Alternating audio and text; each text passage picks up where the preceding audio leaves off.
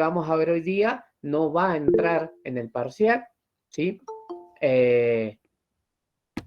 ¿Estamos? No va a entrar en el parcial, así que tranqui, ¿sí? En ese aspecto. La semana que viene tenemos el parcial, ¿sí? No les voy a adelantar absolutamente nada, más que decirles que va a ser la misma metodología como el parcial anterior. ¿Ah? Examen escrito en el instituto. El tiempo, ya voy a decidir de cuánto va a ser el tiempo. Y seguramente rendimos y nos vamos a la casa. Bien, a medida que vayan terminando, se van a ir yendo a sus domicilios. Bien, eso va a suceder la semana que viene en el segundo parcial. Bien, y algo más que quería comentarles, seguramente va a haber un tercer parcial, ¿sí? Va a ser aproximadamente para finales de octubre, ¿sí? Esa es la intención. Bien, así que ya obviamente se los estaré comunicando en el transcurrir del tiempo de las semanas. Bien, ya nos queda poco, estuve viendo las semanas, nos queda hasta finales de octubre aproximadamente, así que, pero bueno, vamos a andar bien con los tiempos, con los temas, ¿sí? Con todo el desarrollo de la materia. Bien, hoy día, bien, vamos a dar inicio a un tema por ahí que no está relacionado, pero es muy parecido a sistema linfático, ¿sí? En donde yo les comentaba que el sistema linfático era un sistema que estuvimos viendo que tenía distintos puntos en el cuerpo, en donde actuaba la médula ósea, el timo, ¿sí? Los ganglios, en fin. Eh, este sistema que vamos a ver ahora es el sistema endocrino, ¿bien? El sistema endocrino también es parecido, y tiene que ver justamente con, de hecho está en algún punto vinculado con todos los sistemas, todos los sistemas están vinculados con todos, pero vamos a dar inicio a lo que es sistema endocrino y todo lo que es el control hormonal, cómo funciona nuestro cuerpo, ¿bien? Con respecto, en relación a las hormonas, ¿bien? Perfecto. Voy a transmitirle la pantalla y vamos a dar inicio, chicos. Excelente.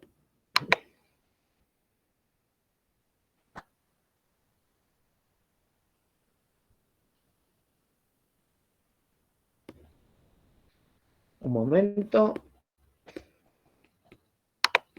Muy bien.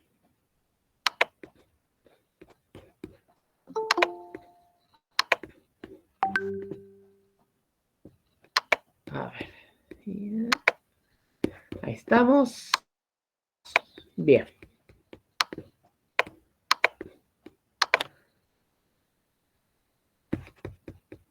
Bien.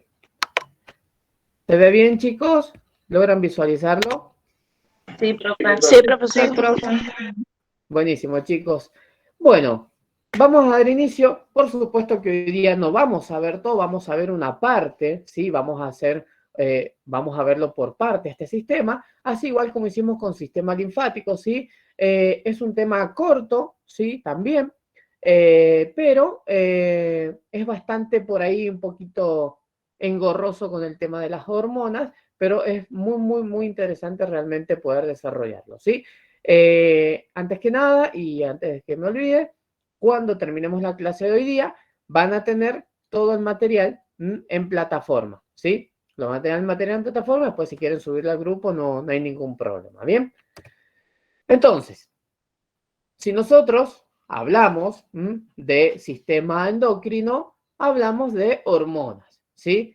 Las hormonas, ¿bien? Como bien dice la diapositiva, es una molécula, ¿bien? Son distintas moléculas que se van a producir, vamos a hablar de algo muy general, ¿no? Se van a producir en una parte del cuerpo, pero para ir a actuar a otra parte, ¿sí? Va a haber lugares en el cuerpo en donde estas hormonas no solamente se van a producir o sintetizar, como se les dice en la jerga, ¿no? Se van a sintetizar, sino también que va a haber lugares donde se va a almacenar, ¿bien? Y a su vez también, obviamente, se van a ir liberando, ¿sí? La liberación de las hormonas lo que va a hacer, ¿sí? Es producir un cambio, ¿sí? Un cambio en las distintas partes de nuestro cuerpo, ¿sí? Ya vamos a ver qué tipo de cambios son los que produce, ¿bien? Porque algunos son beneficiosos, otros no, ¿bien?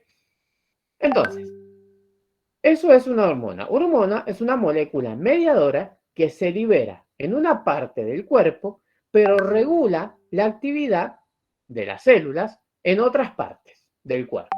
Bien, la mayoría de las hormonas pasan al líquido intersticial y después a la circulación sanguínea. ¿Sí?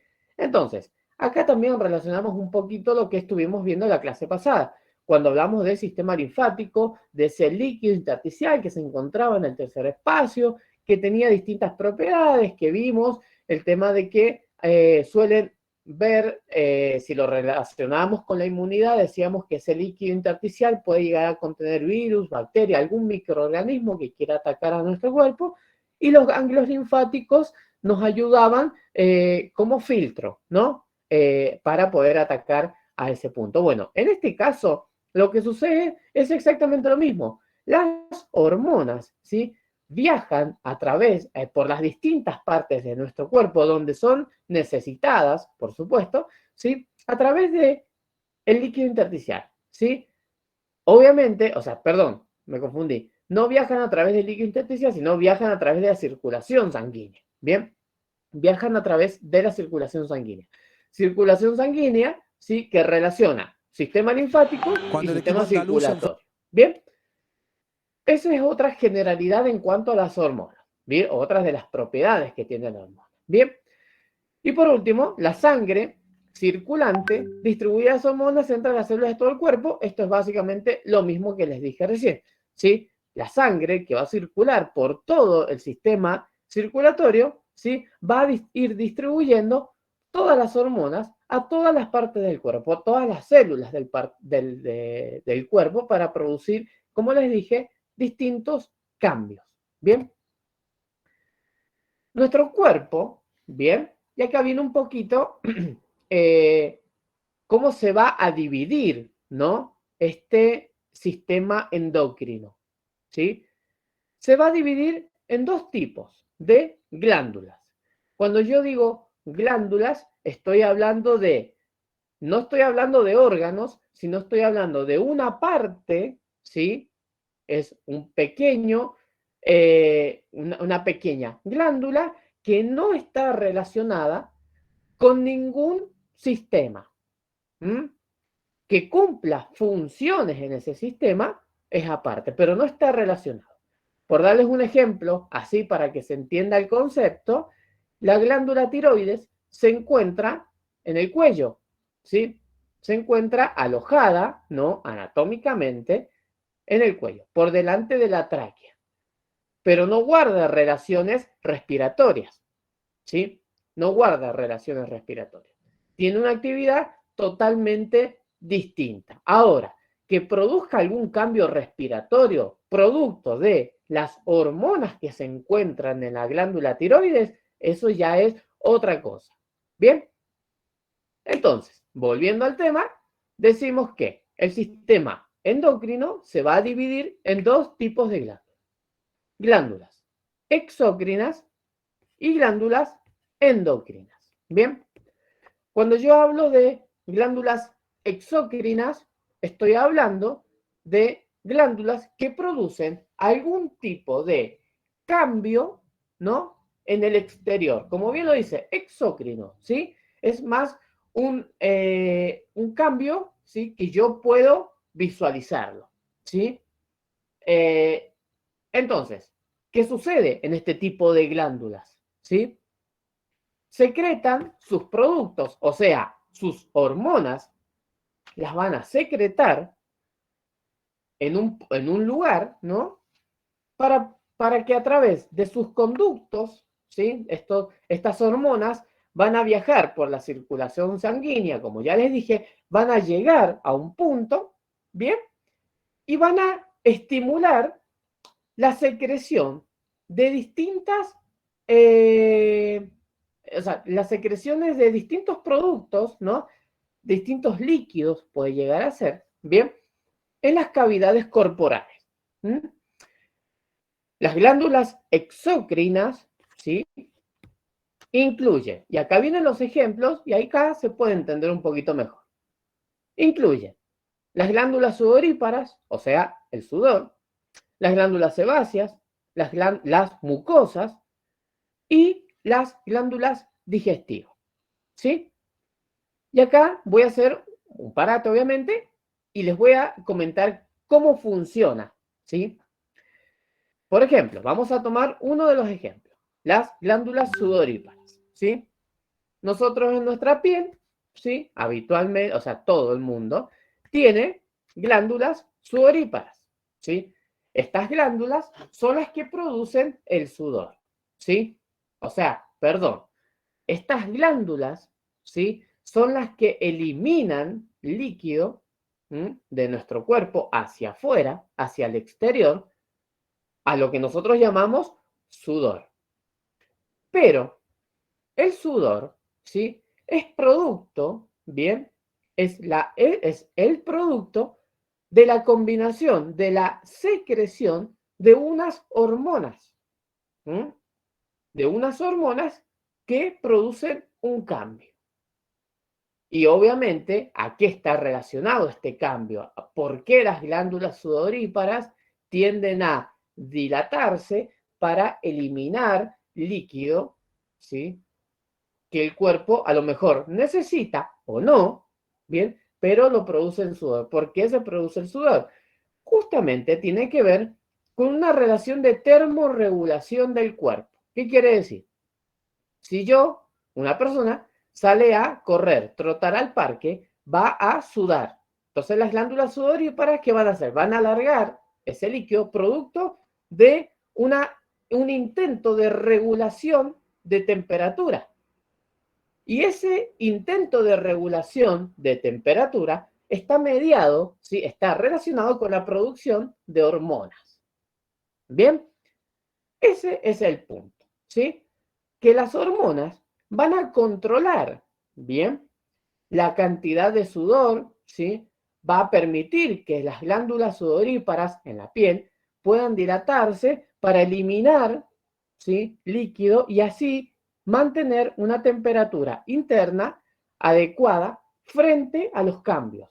¿Mm? En este caso, como les decía, el cambio de salir a trotar o a correr, ¿sí? Hay un cambio que se produce. Bien, a eso me refiero cuando hablo de glándulas exócrinas. Bien, nuestro punto de interés, nuestro punto en donde nosotros vamos a desarrollar, ¿sí?, este tema, va a estar basado principalmente en las glándulas endocrinas, ¿sí? Las glándulas endocrinas, que son bastantes, ¿sí?, que van a producir cambios en nuestro cuerpo, pero interno, ¿sí? En nuestro cuerpo interno.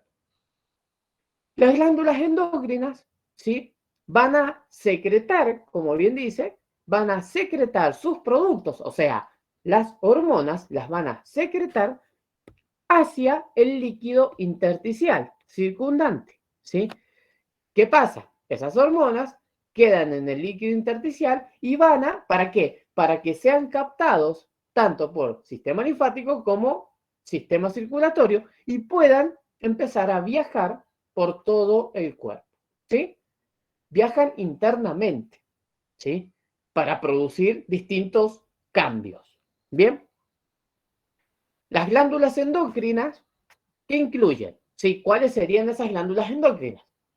Sería la hipófisis, o sea, la glándula hipófisis, la glándula tiroides, la glándula paratiroides, la glándula o las glándulas suprarrenales y la glándula pineal, ¿sí? Nuestro desarrollo del tema, como ya les dije, va a estar centrado Profe, ¿cuál dijo al final? la glándula pineal, ¿sí? De nada. Nuestro estudio, ¿sí? Nuestro Gracias. desarrollo de este tema va a estar muy, muy vinculado acá, ¿sí? En este punto en particular, ¿sí?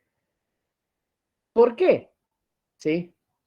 ¿Por qué acá? Y no en glándula exócrina, por ejemplo. Porque justamente, chicos, acá en las glándulas endocrinas, o sea, si hablamos de hipófisis, tiroides, paratiroides, glándulas suprarrenales, se van a producir, va a haber producción, producción, almacenamiento, liberación de distintas, de la mayoría de las hormonas que van a controlar nuestro cuerpo, ¿sí? Ya sea nuestro cuerpo generalmente interno, nuestro cuerpo interno, y justamente para intentar de alguna forma mantener, ¿sí? El equilibrio, ¿sí? La famosa homeostasis de las cuales yo siempre les hablo. Bien, eso es por un lado. Acá es donde va a estar centrado nuestro estudio. Por otro lado, ¿sí? Hay varios órganos, como bien dice la diapositiva, por supuesto que hay que tenerlo en cuenta porque en el estudio del sistema endocrino, ¿sí? Aparecen un montón de órganos, ¿sí? Que están mediados, o sea, o están controlados por hormonas. ¿Mm? Dicen que hay varios órganos y tejidos que no son clasificados exclusivamente, no quieren decir de que no pertenezcan, no son clasificados exclusivamente como glándulas endocrinas, pero contienen células que secretan hormonas. ¿Qué quiere decir? Hay órganos y tejidos, como por ejemplo el hipotálamo, ¿sí? Que produce una hormona, ¿bien? Pero el hipotálamo produce una hormona para generar un cambio interno y un cambio externo, ¿sí? Entonces, no es considerado ni una glándula endocrina ni una glándula exócrina. Es más, pertenece a los dos grupos, ¿sí? Entonces, ese es el ejemplo.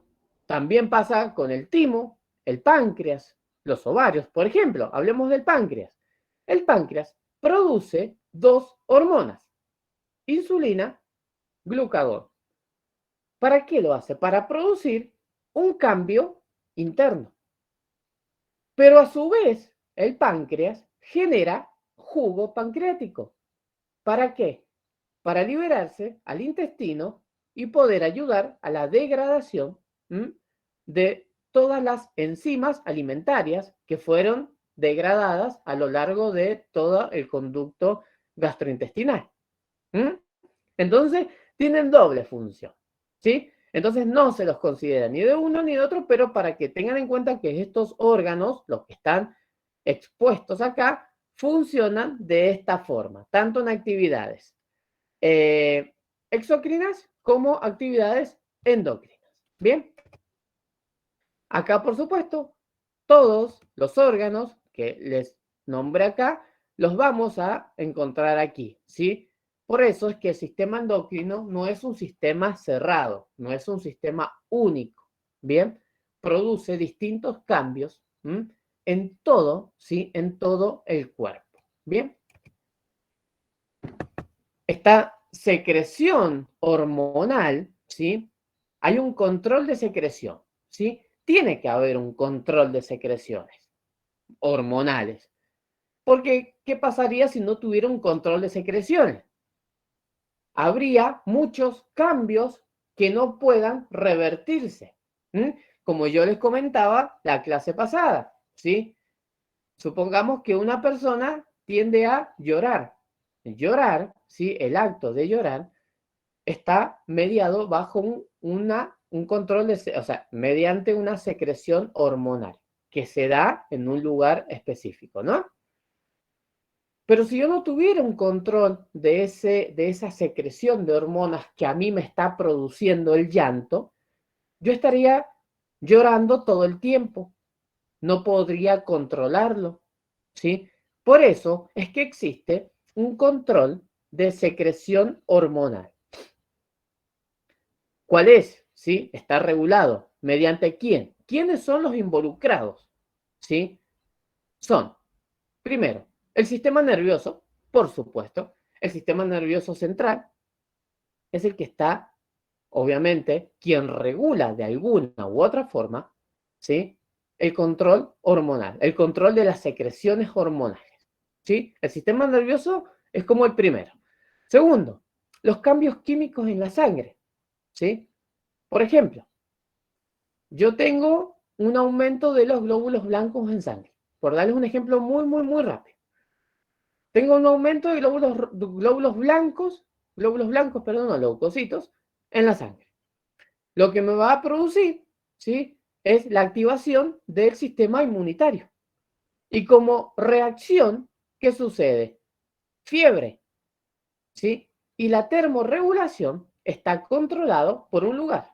Ya lo vamos a ver dónde, ¿sí? Y esa termorregulación está mediada por hormonas, ¿sí?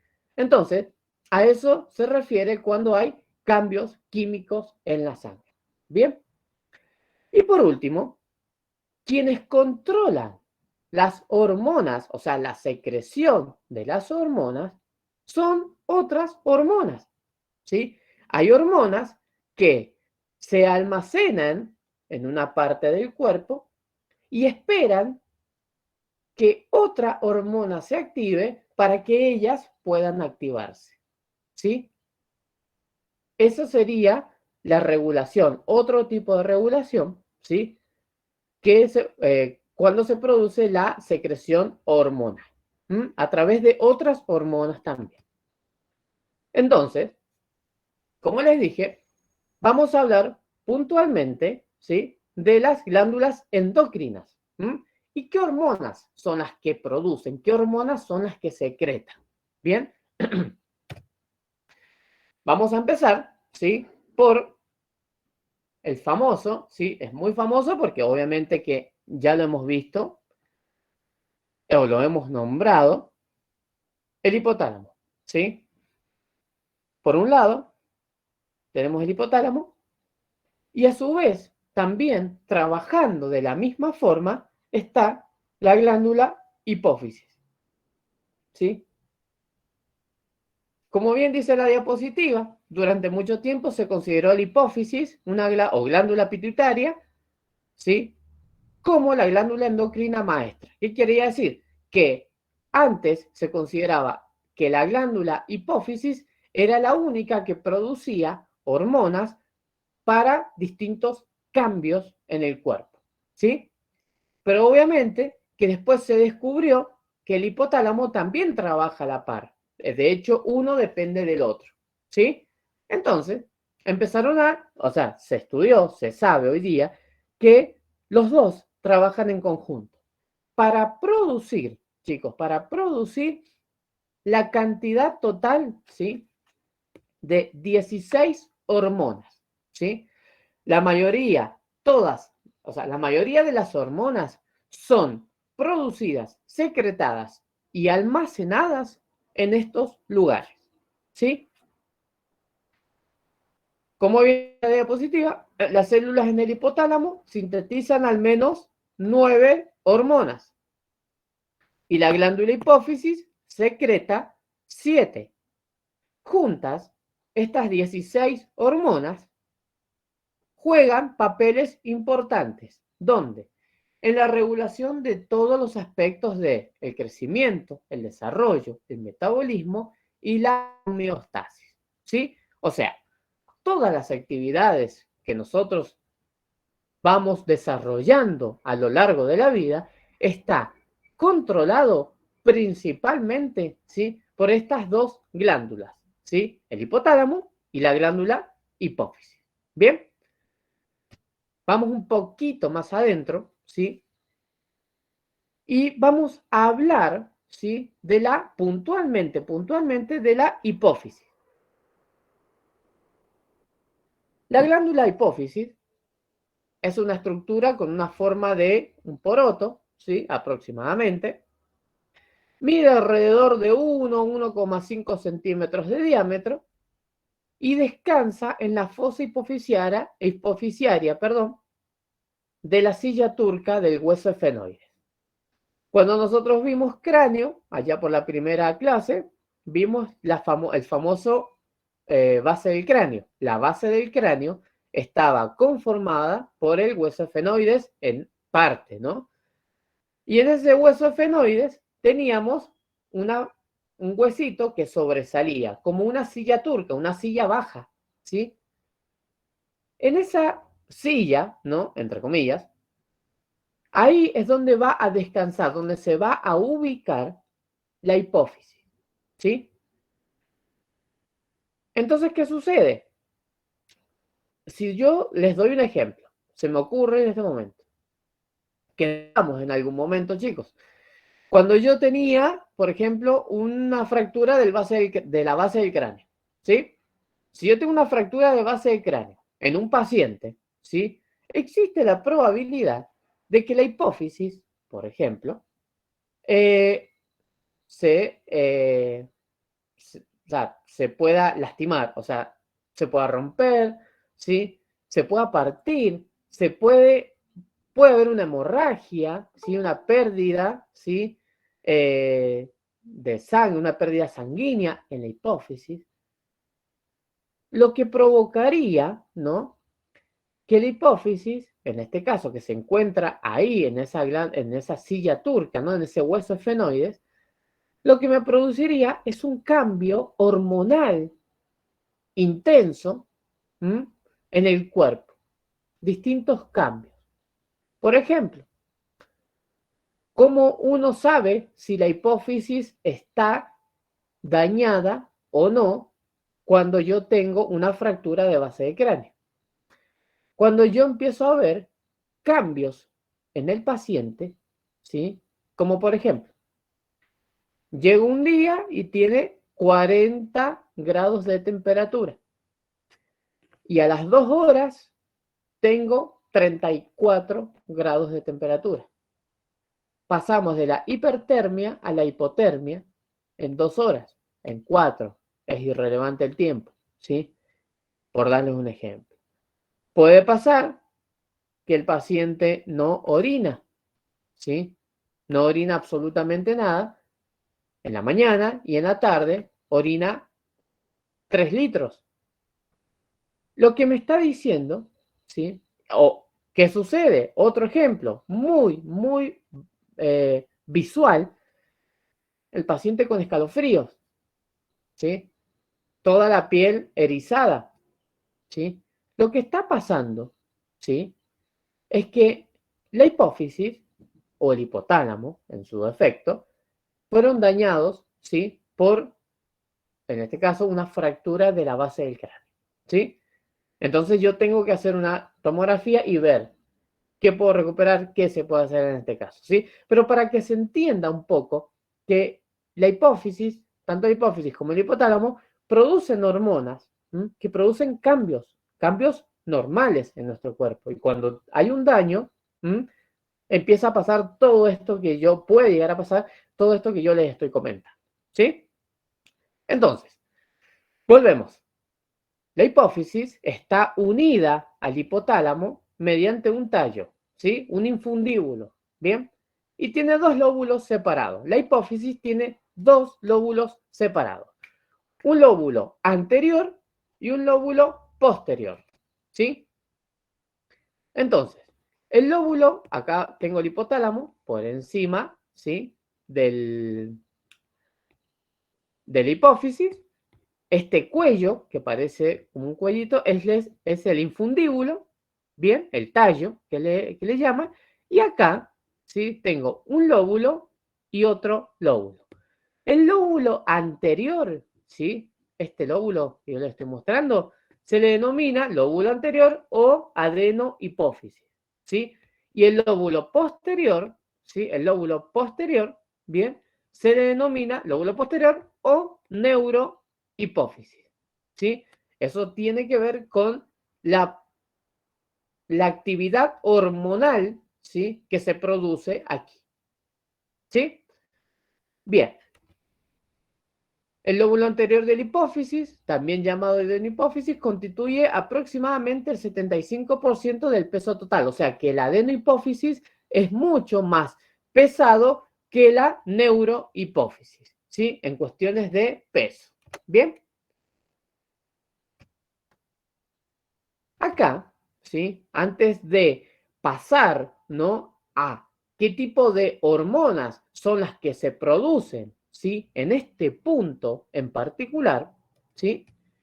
Les voy a comentar sobre un sistema porto-hipofisiario. ¿Bien? ¿Qué es un sistema porto-hipofisiario? Está relacionado, por supuesto, con la circulación de sangre en la hipófisis. Rebobinando un poquito hacia atrás, ¿sí? Yo les había dicho que las hormonas, ¿sí? Son liberadas, en este caso puntual, liberadas de la hipófisis, de la adenohipófisis o de la neurohipófisis. ¿Bien? De cualquiera de los dos, las hormonas salen. ¿Hacia dónde salen? Hacia los capilares, ¿sí? Observen, capilares venosos, ¿sí? Ven acá que dice venas portohipofisiarias, ¿sí?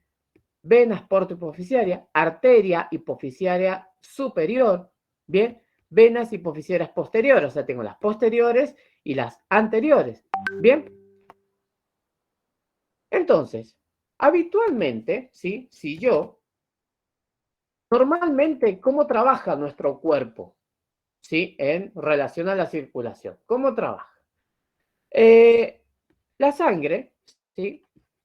Por lo general circula desde el corazón, como ya hemos visto, a una arteria. Esa arteria se va achicando de tamaño hasta llegar a un capilar. Ese capilar se une, ¿sí? Hace anastomosis, ¿m? Con una vénula, ¿sí? Bien chiquitita, ¿sí? Esa vénula se va agrandando de tamaño para formar la vena. Y esa vena viaja de vuelta al corazón. Esto es un sistema circulatorio normal. En un sistema porta, ¿sí? Como es el caso del sistema porto-hipofisiario, ¿sí? La sangre fluye desde una red capilar a una vena porta y luego a una segunda red capilar sin pasar por el corazón. En el sistema porto-hipofisiario, la sangre fluye, ¿sí? Acá viene el punto. La sangre fluye desde los capilares del hipotálamo a las venas portales, que llevan la sangre a los capilares del lóbulo anterior o posterior de la hipófisis. Para que se entienda, este sistema que ustedes ven acá, que parece ser como algo, digamos, normal, ¿no? Algo, un sistema circulatorio normal. Este es un sistema portal. ¿Mm? Acá, lo que pasa es que las hormonas, ¿sí? Salen, ¿sí? Hacia, vamos a hablar acá de la adenohipófisis, por ejemplo, salen de aquí, de la adenohipófisis, se meten a esta red capilar, ¿no?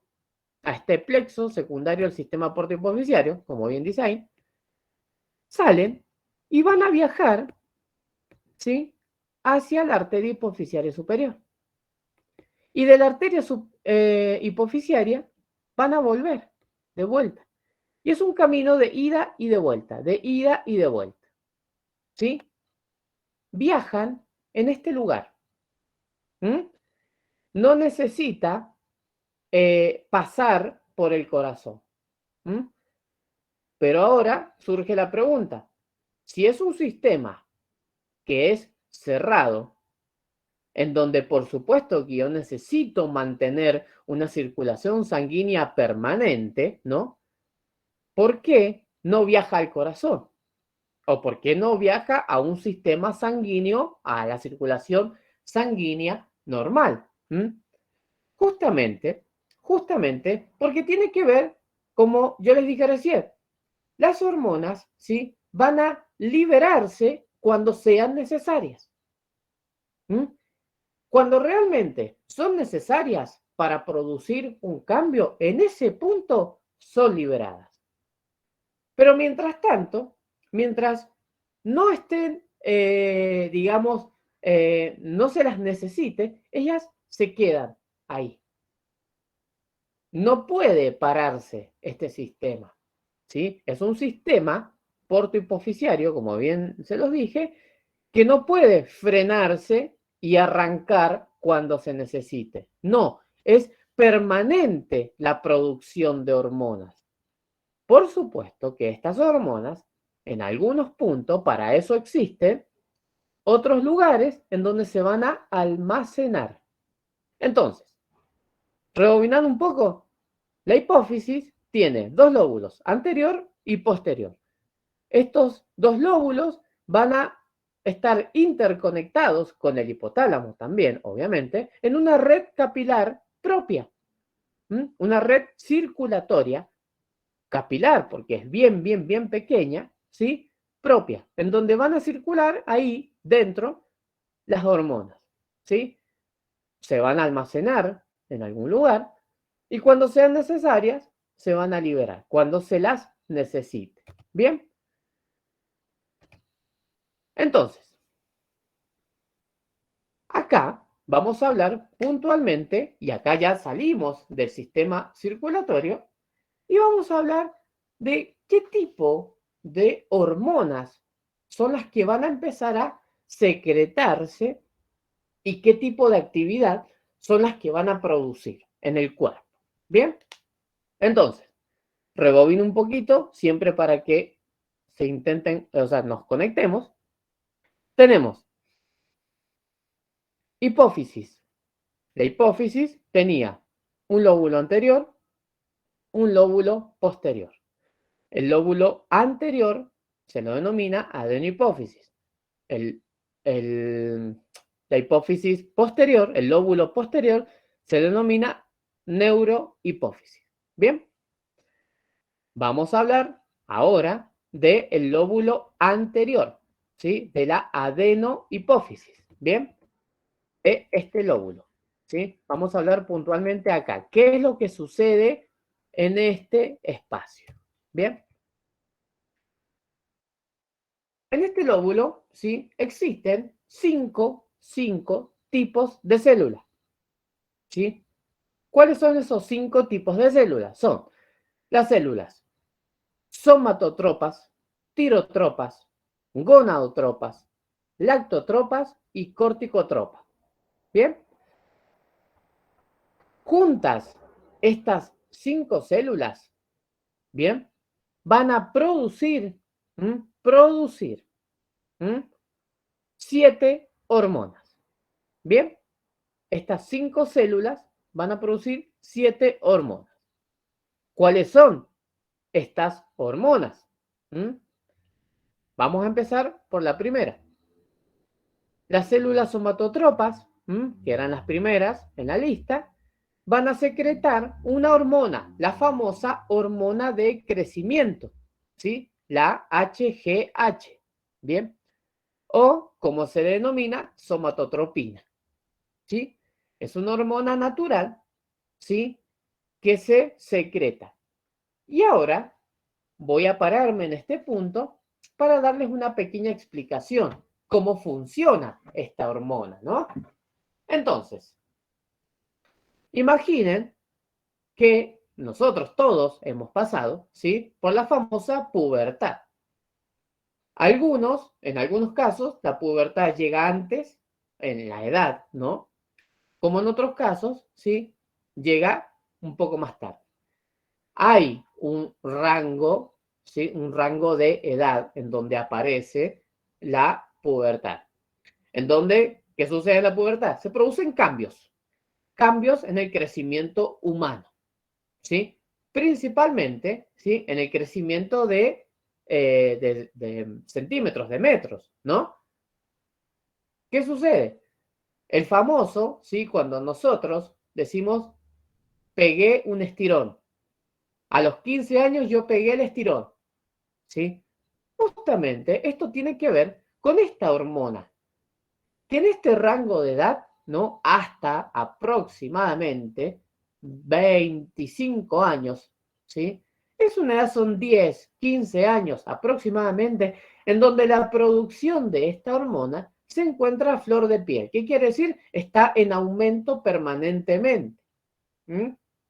Está en aumento. ¿Para qué? Para ayudar a el crecimiento humano, ¿sí? El crecimiento físico. Pero ¿qué pasa? ¿Sí? Si nosotros todo el tiempo, por toda la vida, tuviéramos esta hormona que está en permanente secreción, en permanente producción y secreción, ¿sí? Seríamos gigantes, alcanzaríamos el techo, ¿no? Entonces, hay un rango de edad en donde esta hormona está funcionando. Cuando cruza, ¿no? Cierta edad, cuando la persona entra en la fase del desarrollo, ¿no?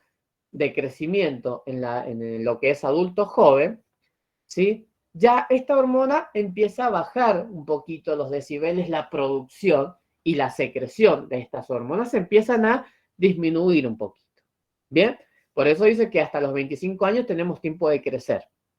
Cuando se dice eso, tiene que ver justamente con esto. ¿Y por qué se da en esta edad y no cuando uno es niño? ¿Sí? ¿Por qué se da? Porque justamente en esta edad en donde se producen distintos cambios de otras hormonas que van a producir otros cambios físicos en la persona, ¿sí? Hablo de cambios físicos sexuales, cambios físicos respiratorios e incluso en el habla, ¿sí? Y distintos cambios, ¿bien? Y justamente está vinculado, está relacionado con un montón de hormonas que trabajan al mismo tiempo, ¿sí? Entre ellas está esta, la hormona del crecimiento, ¿bien?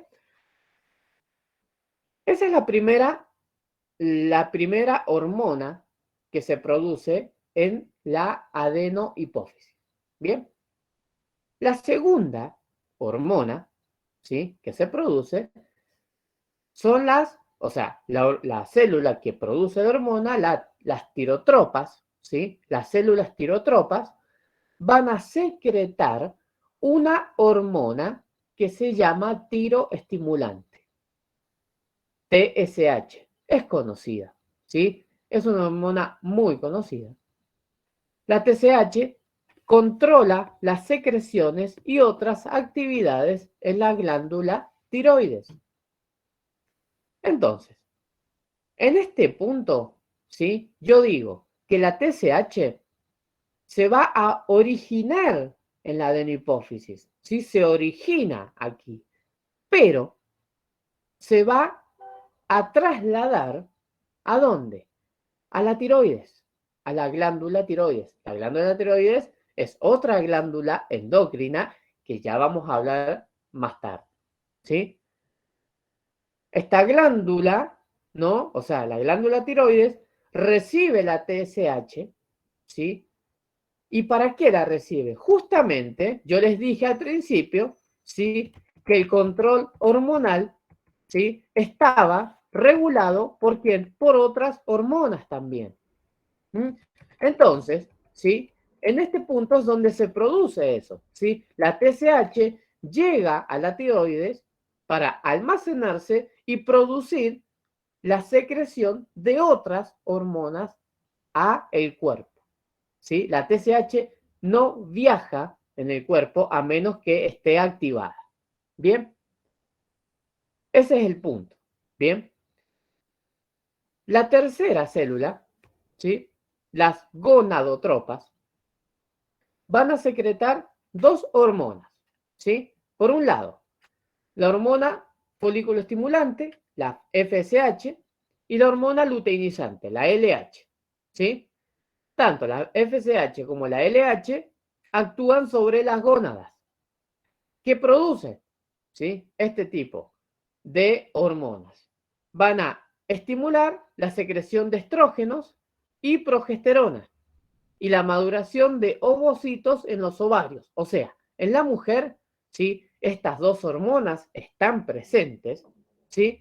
Y están relacionadas a lo que va a producir cuando se secreten estas hormonas, ¿sí? En la mujer va a producir la estimulación de la secreción de estrógenos y progesterona, ¿sí? Y la maduración de ovocitos en los ovarios, ¿sí?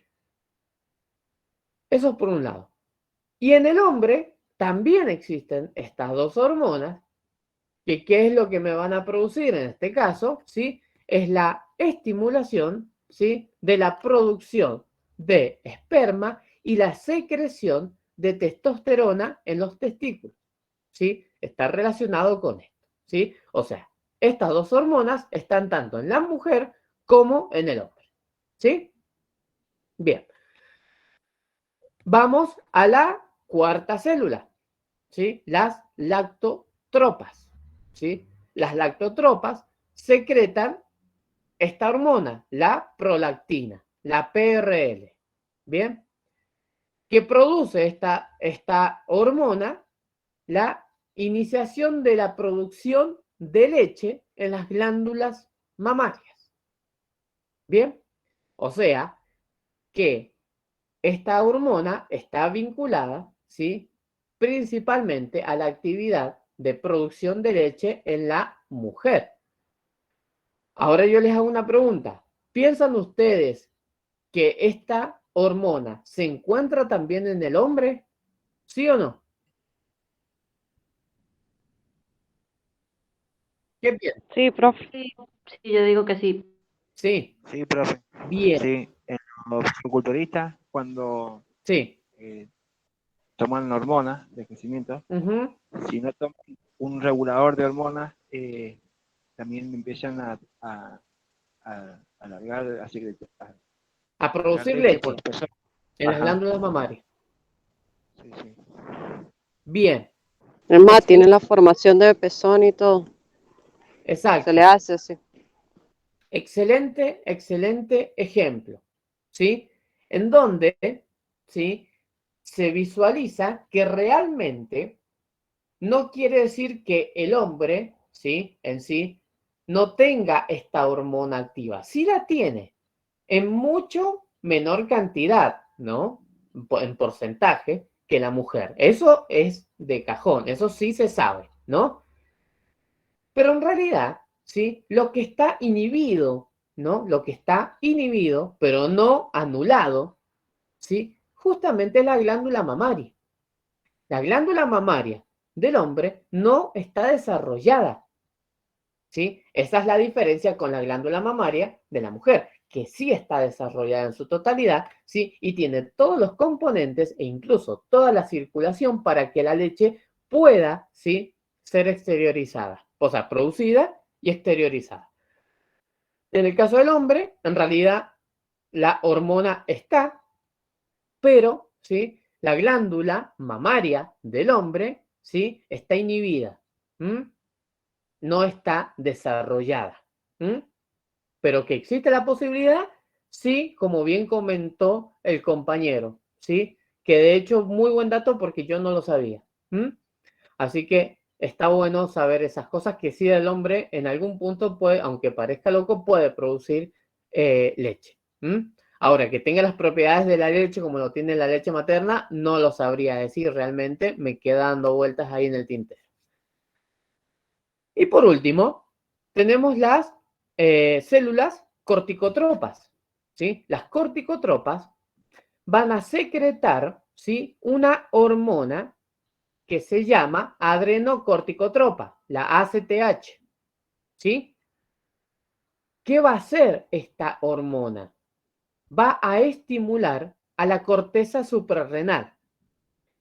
La corteza suprarrenal, ¿sí? Es una glándula que se encuentra encima del riñón, de cada riñón, ¿no? Cada riñón tiene su glándula suprarrenal, ¿sí? Esa glándula suprarrenal, vamos a hablar al último de eso, en un gráfico espectacular realmente, y de mucha, muchísima importancia para nosotros, profesionales de enfermería, ¿sí? En donde esta hormona, ¿sí? La adrenocorticotropa, lo que va a producir en la corteza suprarrenal, ¿sí? Es la secreción de glucocorticoides, ¿sí? Por ejemplo, uno de los glucocorticoides más conocidos es el cortisol. No vamos a adentrarnos en este tema puntualmente ahora porque quiero explicárselo más adelante. Si voy a volver a hablar de este punto, esta hormona en particular, ¿sí? Con un ejemplo muy claro en un gráfico, ¿sí? Porque se relaciona acá, es donde una hormona, ¿sí? En este caso, va a producir, va a ayudar a los cambios relacionados con un sistema renal y un sistema circulatorio y un sistema cardíaco, ¿sí? Cardiovascular. Entonces, es una hormona muy importante que debemos saber cómo funciona. Más adelante se los voy a comentar. Y por otro lado, bien, tenemos el lóbulo posterior de la hipófisis. Recuerden que vimos el lóbulo anterior. Bueno, ahora vemos el lóbulo posterior, ¿sí? La neurohipófisis, ¿sí? La neurohipófisis, en este caso en particular, ¿sí? La neurohipófisis, ¿sí? Esta parte de acá, ¿bien? No va a producir ninguna hormona, ¿sí? En este caso, este lóbulo posterior no produce hormonas. Lo que hace, ¿sí? Es almacenar, ¿sí? Almacena y libera. Bien, almacena y libera dos hormonas principales, ¿sí? Por un lado, tenemos la hormona oxitocina, ¿sí? Esta hormona oxitocina, ¿sí? Está relacionada con el crecimiento rápido, ¿sí? En las fases de desarrollo de la persona, ¿sí? Cuando entra en la pubertad, la hormona oxitocina es la que produce ese famoso estirón, ¿sí? El famoso estirón que en 6 meses una persona que medía 1,20 m pasa a medir 1,70 m, 1,80 m, ¿sí? Ese famoso estirón rápido se debe principalmente a la liberación de esta hormona. Pero después, ¿sí? A lo largo, ¿no? De esa fase de desarrollo, va a seguir actuando. ¿Quién? Esta, la hormona de crecimiento humano, que es más larga en el tiempo, sí, va a durar un poco más en el tiempo. Pero ese estirón fuerte, ese crecimiento rápido, se produce justamente por la liberación de la hormona oxitocina. Bien.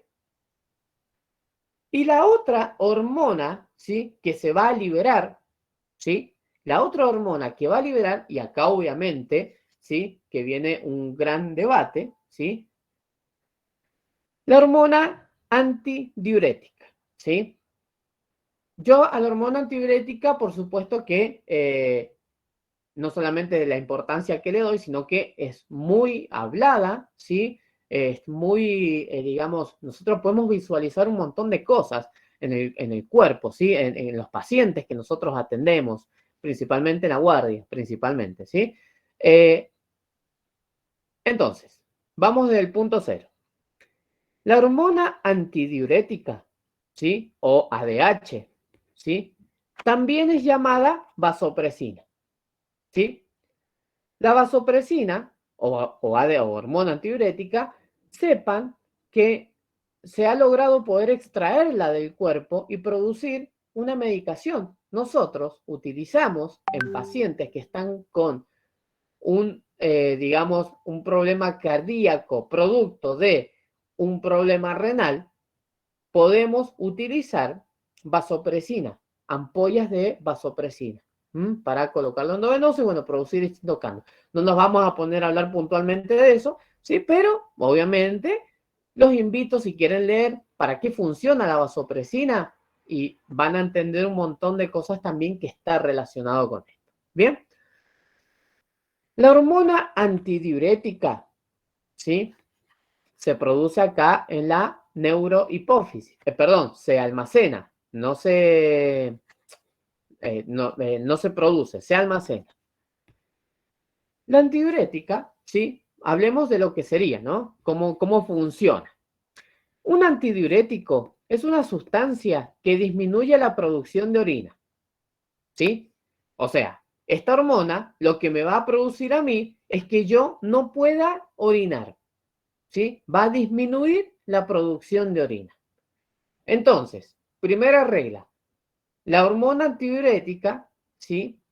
está en grandes cantidades, se libera en grandes, no en grandes cantidades, o sea, comienza su liberación cuando yo dejé de orinar. O sea, tuve la necesidad de ir a orinar por un proceso fisiológico, ¿no? Hago la necesidad, cuando dejo de orinar, ¿sí? La hormona antidiurética comienza a liberarse. ¿Para qué? Para producir, ¿sí? O sea, para justamente evitar que nosotros sigamos orinándonos cada vez que producimos una gota de orina. Bien, entonces, naturalmente, la hormona antidiurética, ¿sí? Es lo que produce una disminución de la producción de orina, ¿sí? La antidiurética hace que los riñones devuelvan más agua a la sangre, disminuyendo el volumen urinario. Entonces, ¿qué pasa aquí? Cuando o sea, lo normal es que esta hormona, al liberarse, produce una retención del líquido. Bien, produce una retención del líquido. A veces, por eso yo les decía al principio, hay hormonas que son beneficiosas, como también hay hormonas que son perjudiciales, sin saberlo, ¿no? Entonces, la antidiurética, ¿sí? La intención de ella es devolver agua a la sangre, o sea, evitar que esa cantidad de agua que pasa por los riñones se filtre y pase a formar orina, ¿no? Lo que hace es retener. Por eso, y acá viene la pregunta, ¿qué medicación te da el médico cuando vos tenés edema en los miembros inferiores, por ejemplo? ¿Cuál sería la medicación que te daría? Un antidiurético. Diurético. Diurético, ojo, por eso lo hice despacio. Un diurético, no Claro, un un antidiurético. antidiurético, ¿no? Ujú. Es un diurético. ¿Qué quiere decir? Que el médico me va a recetar una medicación para que esa cantidad de agua, ¿no? Que quedó retenida en el cuerpo, bien, se libere. Como Se la libere. furosemida. Exactamente, la famosa furosemida. Bien, la famosa furosemida. ¿Se entiende?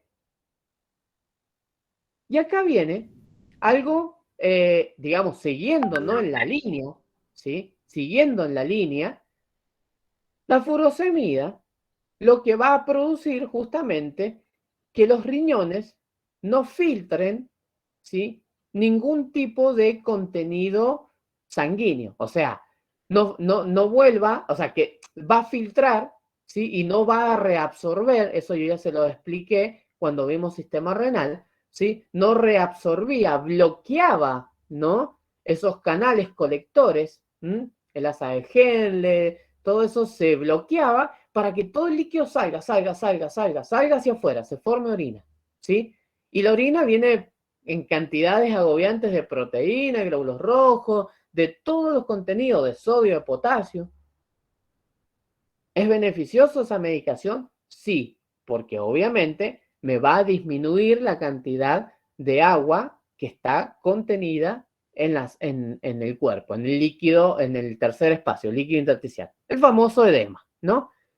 Pero a su vez, esa medicación hay que tomarla con pinzas, porque un exceso de esa medicación va a hacer que el paciente orine tanto, que quien se va a ver resentido va a ser el corazón. Profe, pero a los hipertensos no le dan eso. Claro, a los hipertensos le dan eso. Y justamente diste ahí en el clavo. Tiene que ver, ¿sí? Con la furosemida hace que el paciente orine en grandes cantidades para soliviar, o sea, para relajar, intentar a su vez relajar, ¿sí? Al corazón. Bien, para intentar relajarlo, que esa hipertensión producida por esa cantidad de agua en exceso que tengo en mi cuerpo, que me produce esa hipertensión, pueda bajar. O sea, que, conclusión, yo le doy una furosemida, ¿sí? Un diurético a una persona y tengo que controlar sí o sí la presión. Porque esa persona que es hipertensa va a pasar a estar hipotensa si se libera mucha cantidad de orina. ¿Se entiende? Sí, profesor.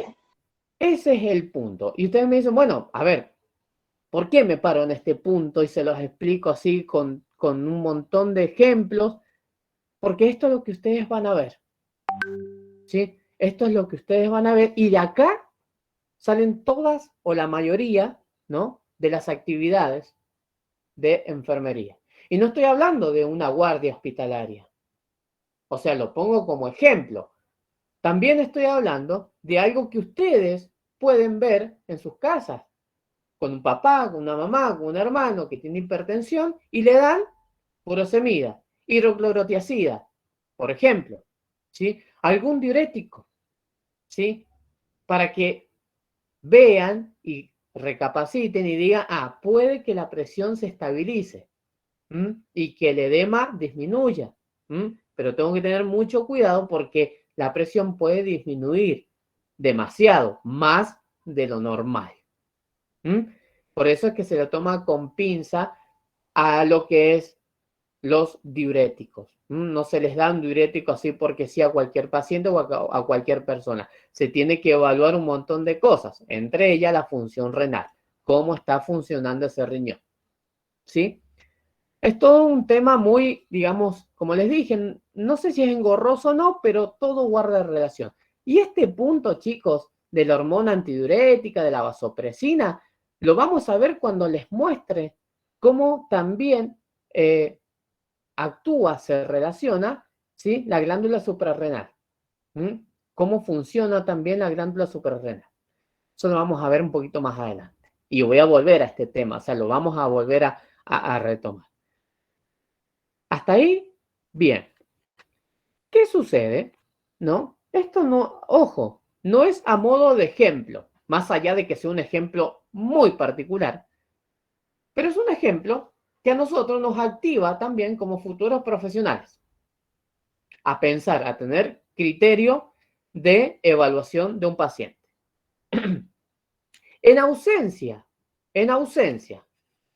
de la hormona antidiurética, ¿sí? La excreción de orina se incrementa más de 10 veces. O sea, de 1 a 2 litros normales, la persona puede llegar a orinar hasta 20 litros por día. ¿Sí? ¿Qué quiere decir? Supongamos, la hormona antidiurética no existe, no está bloqueada. ¿Sí? Lo que me va a producir es que la persona esté todo el tiempo orinando, con deseos de orinar, de orinar, de orinar, de orinar. Bien, sin necesidad, a veces, ¿sí? De pensar en que si tengo edema o no, o si hay una furosemida o cualquier diurético de por medio, la hormona está bloqueada. ¿Sí? ¿En qué caso particular, como lo están ustedes leyendo? El alcohol. El beber alcohol, a menudo, causa micción, o sea, causa necesidad de ir a orinar más frecuente de lo normal y copiosa, o sea, en grandes cantidades. Porque justamente el alcohol en sí, la sustancia, el alcohol, no con qué está combinado, o sea, no el alcohol en la cerveza, el alcohol en el fernet, el alcohol en un ápero, no. Es el alcohol solo, ¿sí? Es quien produce la inhibición de la hormona antidiurética. ¿Bien? ¿Se entiende? Sí, se entiende. Bien. Ahora, y acá viene el punto, ¿sí? Si yo tengo una persona, que es lo que nosotros, y en este caso sí tengo que poner el ejemplo, porque es un ejemplo habitual, como también puede ser un ejemplo de un futuro en un hospital. Yo siempre le hablo desde el hospital donde yo trabajo, por supuesto, y desde mi experiencia, por eso se la transmito a ustedes, y siempre les digo, tarde o temprano se van a cruzar, y con algo así, y no está mal, ¿no? El borracho, ¿sí? cuando una persona está borracha, o excedida de copa, como quieran llamar. Bien, ¿qué sucede? Cuando una persona ha tomado muchas cantidades de alcohol,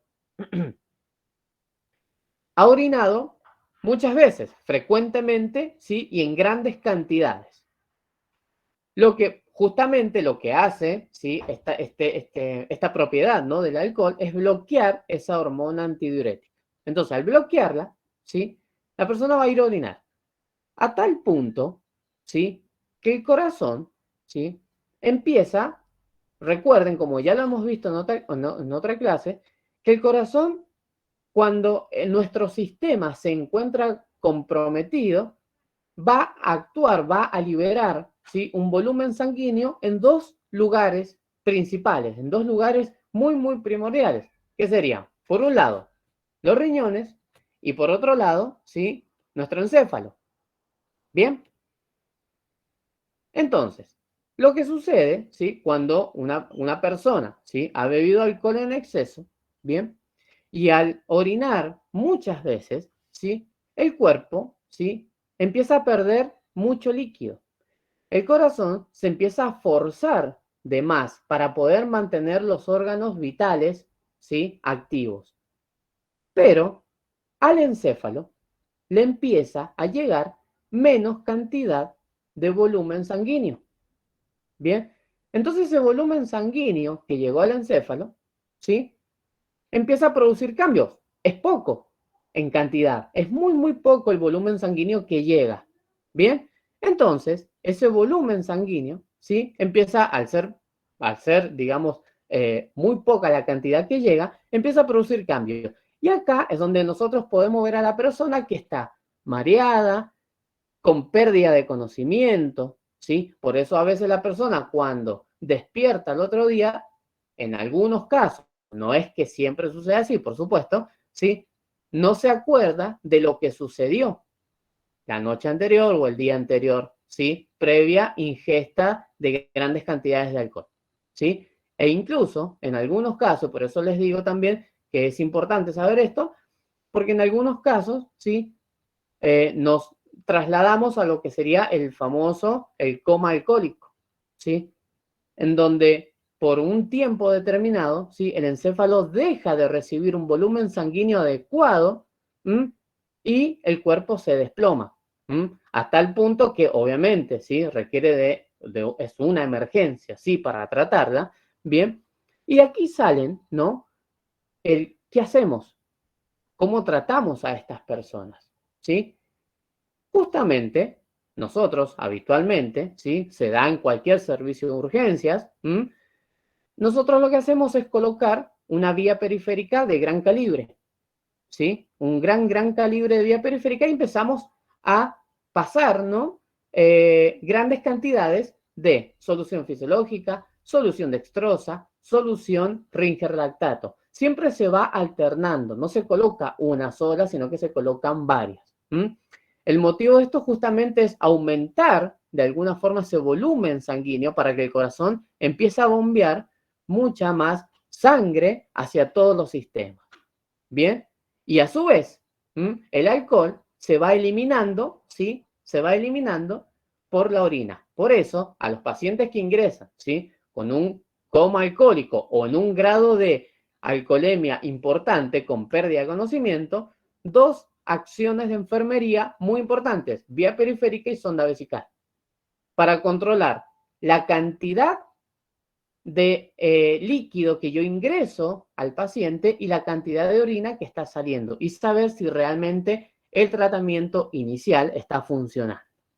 ¿Sí? Profe, ¿y si el paciente ha ingerido medicación, relajante, no sé, analgésico? Eso es totalmente aislado. Recordad que cualquier medicación que yo tome, ¿sí?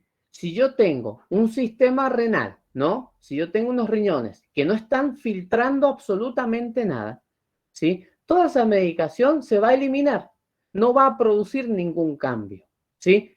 Por supuesto, si esa medicación llegó a destino, ¿sí? Por ejemplo, como vos estás comentando, un miorrelajante llegó a destino, bueno, llegó a destino, produce la acción, ¿no? Relajar los músculos del cuerpo, ¿sí? Pero a su vez esa medicación se libera rápido, ¿sí? Se libera, se elimina rápido, ¿sí?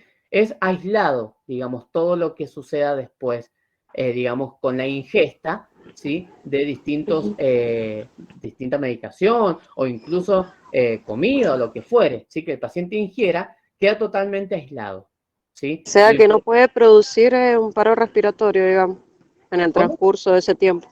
Que, Sí, o sea, sí puede producir. totalmente, totalmente. ¿Por qué? Por un esfuerzo del corazón por intentar mantener, ¿sí? Los órganos vitales activos. ¿Mm?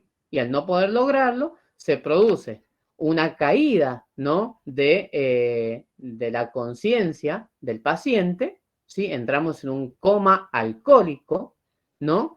Y por supuesto que si perdemos la conciencia, el accionar, obviamente, es emergencia. O sea, hay que hacer un montón de actividades, o sea, un montón de actividades médicas relacionadas con la enfermería, por supuesto, ¿sí? Pero hay que ir haciéndola para volver a recuperar la conciencia del paciente. Y esa es la forma, ¿sí? Pasar mucho líquido, ¿sí? Controlar la diuresis del paciente. Por supuesto que hay que controlar todos los sistemas, pero principalmente eso. Seguramente un paciente que va a tener que ser intubado, colocar en asistencia respiratoria mecánica, bueno, y todo lo que conlleva, ¿no? Una urgencia, ¿bien? Pero ese es el punto que yo quería explicarles, ¿sí?